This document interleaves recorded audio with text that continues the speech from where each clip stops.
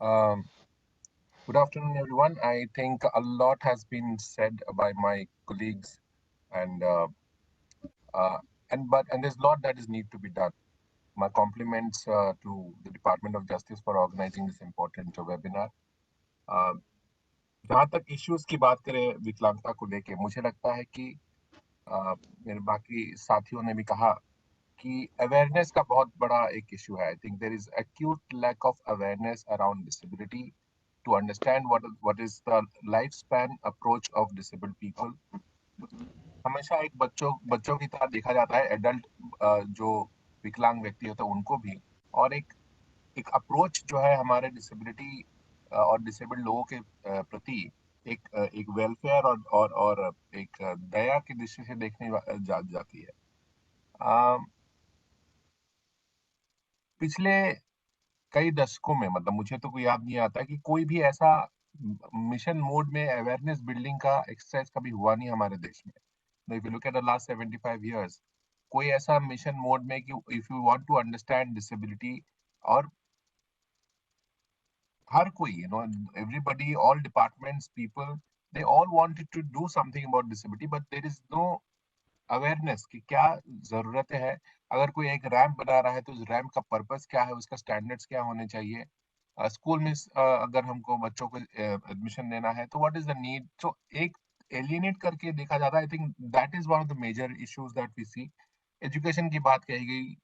जो आंकड़े हैं, डाइस, जो डेटा है सरकारी, वो कहता है कि मतलब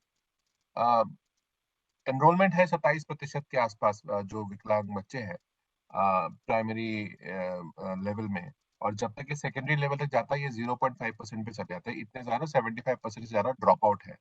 तो एजुकेशन को कैसे इंक्लूसिव किया जाए, जो कि एक एक फंडामेंटल राइट है हमारे देश में, and the responsibility is on the state कि how to ensure that all children receive free and compulsory education. और आरपीडब्ल्यूडी एक्ट के मुताबिक 18 साल की उम्र तक सारे विकलांग बच्चों को मुफ्त शिक्षा और क्वालिटी एजुकेशन दी जाए.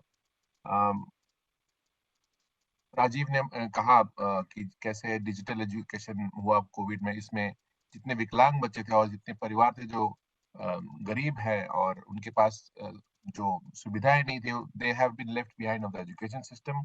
And to find a seat on a table has remained a challenge. If you look at employment, supreme court के में मैटर है. बैकलॉग की बहुत लंबी एक कतार है, backlog of vacancy identified jobs की.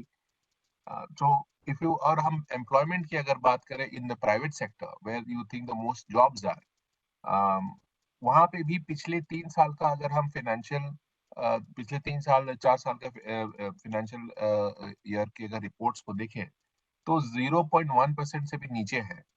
और जहाँ की पब्लिक सेक्टर जो एम्प्लॉयमेंट है वहां पे जो रिजर्वेशन है 4% का, उसमें तो पिछले 3 सालों में एम्प्लॉयमेंट, अगर 10,000 एम्प्लॉयमेंट में सिर्फ 213 विकलांग व्यक्तियों को नौकरी दी गई है.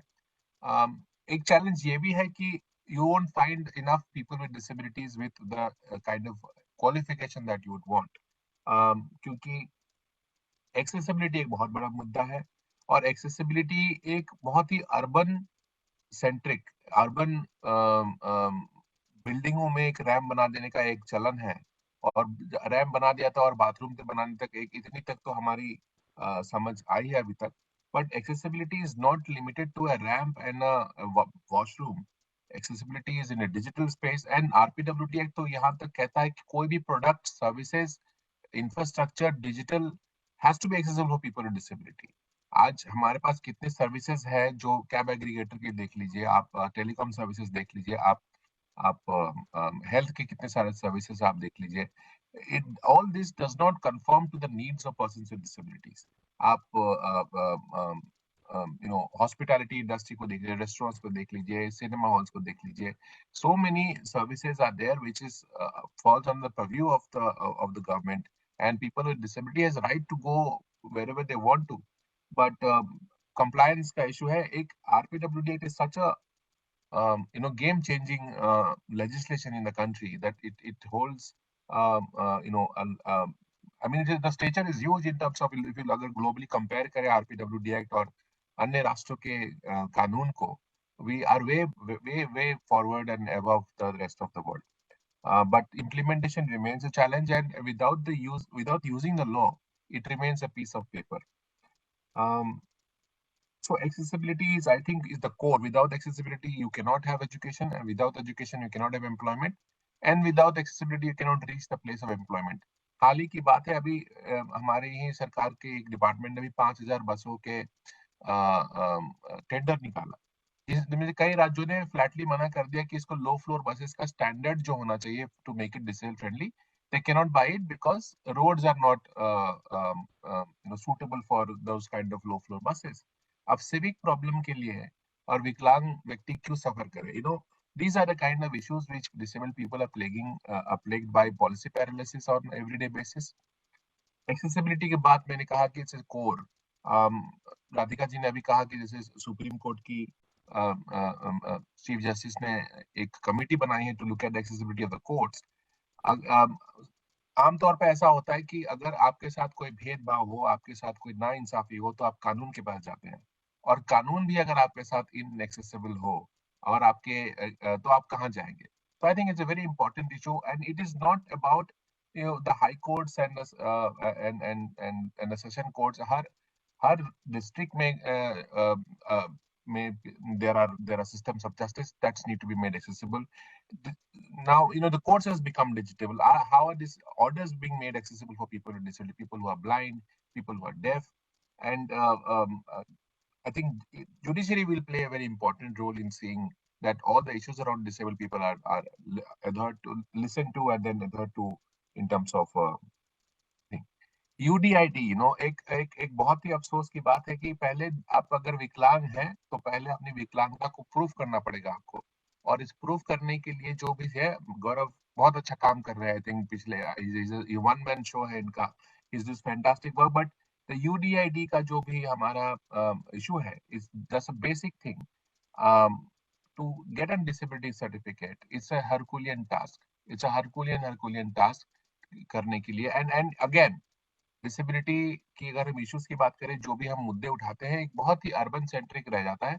मैं मैं आप लोगों का शुक्रिया अदा करना चाहूंगी, आज आपने ये वेबिनार ऑर्गेनाइज किया है, कई राज्यों से लोग जुड़े हुए हैं और डिस्ट्रिक्ट लेवल के भी लोग हैं। तो दिस प्रोसेस इज डिजिटल, और डिजिटली आपको एक्सेस करना और समझना है कि किस तरीके से हम एप्लीकेशन दें, किस रोज हमको जाए, किस रोज।